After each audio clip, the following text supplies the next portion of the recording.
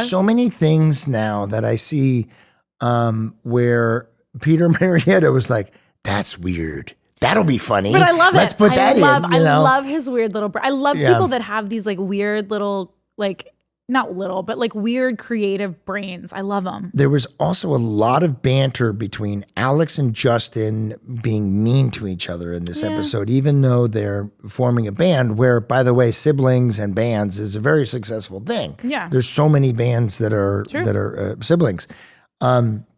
But I did notice that they're being awfully mean to each other on a constant here. I feel like it's like the Spinal Tap and, kind of, bands don't always get along. Yeah, I didn't mean so much about the band, but just these two characters now are being super mean. They were saying a lot of, harsh things. Like, I guess that's a sitcom thing. And not I guess, I know it's a sitcom thing where I'm going to say something funny at your detriment and you just have to pretend like, oh, you're just joking or whatever, Yeah, I feel like it's kind of, and we've talked about this before where it's sort of like, I hate to say kind of a, not a cop out, but like kind of low hanging fruit when it comes to comedy of like, oh, let's just make fun of each other. Yeah. You know what I mean? Like I'm always way more interested in a joke that's not at anyone's expense. Yeah. Like laughing.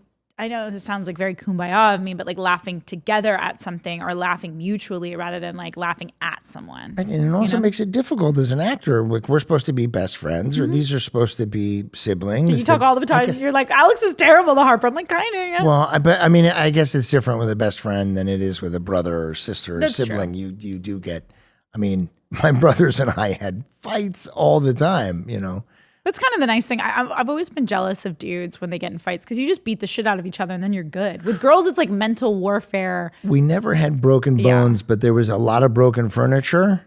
And, my brother Peter three brothers there, was left in charge one time. He was 17 or something of me and my brother. And in the middle of the night, he came, knocked me out of bed with a pillow. And he looked at me and he had his BB gun and he was like, you can do some run. Damage. Oh my God. And he hunted us. Thank you, Peter. No, what do they call that? The most dangerous game or something where you like hunt, like people hunt people. Right. Like a Hunger Games kind of thing. Kind of. Yeah. But it's like, there's like a concept. I think it's the most dangerous game. I'm sure you guys will let us know in the comments. He cut the power. So I couldn't turn on the lights. God. And he would chase me. And listen, with the BB gun, you either use like a little CO2 thing or you would pump it. Yeah. So you only pump it once. That's the rule. That's what I was saying. But point blank, you could do something. And I had a little hand BB gun thing. So I got mine and he shot me. I was hiding. Your poor mother. And he shot me right in the inner thigh. So he was very near the jewels. And I got so pissed and I cocked my gun a bunch and I ran after him and I tried to shoot him down the hall. A bunch? I did.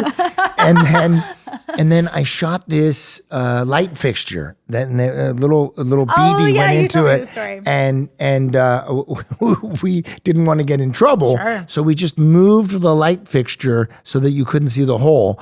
And then like 2 weeks later, it shattered. Mm-hmm. And my dad was like, why is there a little BB in here? Okay, end of story. No, there was my brother. My brother, I guess it's not just boys because like my brother put me through like boy camp where he would like, speaking of like pumping something, he would do that with like super soaker, which now they're not quite as intense as they used to be, but he would point me be like, if you flinch, you're not cool or whatever. And he'd shoot me like point blank in the stomach as a kid in the pool. And I was just like, and I remember he used to like always like either stick my like stuffed animals in his pants or like try to like flush them or something. And so there was this rock that I got from my grandparents' house that I was convinced was a dinosaur egg because it was just like this oblong look. It looked like an egg. It was egg shaped. But they let me keep it because I was fascinated with it. I just thought it was a dinosaur egg or something. But then I just got so fed up with him one day that I dropped it on his big toe and he lost his toenail. Oh my God. You got him back. I got him back. So well, like I said, I guess it's just siblings in general. They grow back. He has a toenail to this day, which is great.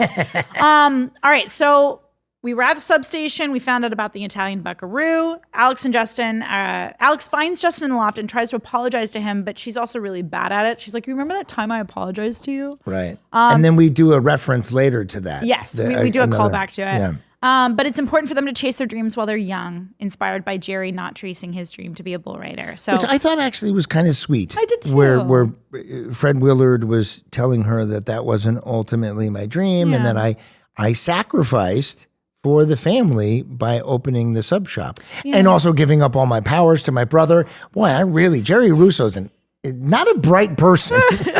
But he loves a sandwich. Yeah. He loves a sale and a sandwich. Yeah, exactly. But I remember there was some interview, I think it was probably on his podcast because everybody and their mother has a podcast. But Rainn Wilson was talking about how he's like, your 20s are supposed to be chasing these things that just interest you. Yeah. Like you're not going to waste time by not doing everything correctly in your 20s. And I think millennials also too right now are feeling that because a lot of us did everything correctly and it's not resulting in the dividends we were promised. Of like, oh, you can have a house and a family and all that stuff because, the world just kind of changed. So I think, I love the concept of like, look, we're young. Let's chase the thing that excites us. I say to everybody, to all the listeners out there, you don't have to do one thing. You can do different things and try it. Living testament of that. Yeah, I was taking Tony on a walk and I was thinking about what I wanted to ask you about your plan B. I know you're a nurse and now you're telling me about painting and doing architecture and stuff.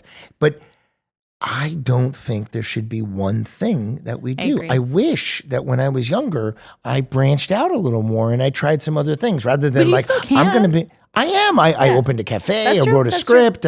I'm doing real estate. I'm doing things that I want to do now. I know what it is. You have to have the confidence in yourself to do it. So that's the trick, and failing is how we know we're succeeding. Like I suggest everybody try something. And if you fail at it, that's good. I'll take it one step further. Sorry. No, Jen Stone. You and me interrupt each other because that is how our families talk. I want to hear. Yeah, I was going to say, I'll take that one step further where I think that, yes, you have to have the confidence to fail, but I also think you get the confidence by failing and still persevering past that. Because I think that there always comes a time when you quote unquote fail at something or something's hard and it doesn't come to you easily where you go, okay, I could stop here or I could push through. And I think it's pushing through into that discomfort, into the unknown, into the like, I'm not sure if I'm capable of this, but I want to try, that builds that confidence and builds your, That's exactly why I have the Bigfoot Cafe in Pine Mountain. Yeah, because, you do, and it's great. Because I was like, we're going to open a cafe. I have no idea how to do this.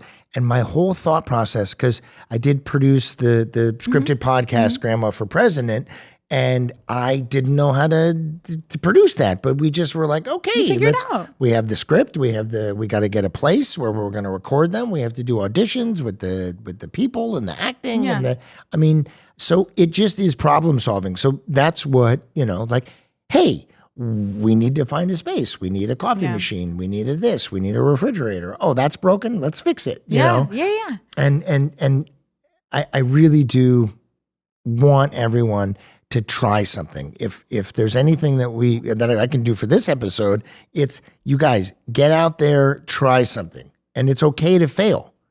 It's okay not to succeed. To fail. And I think too, and then we'll get back to the episode. I promise. But it's.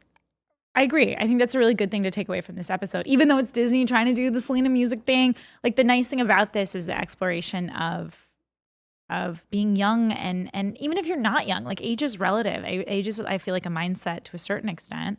And it's all about there's so much crap in the world right now. So it's like if you find something that invigorates you and it makes you excited to get out of bed in the morning and makes you excited to do it and explore it, go fucking explore it. I know, and it's also hard because it's a little different now with AI taking over a lot of jobs and a lot of things, and there's a different but there's always been obstacles. Achievable goal to doing something that you enjoy where you're making money.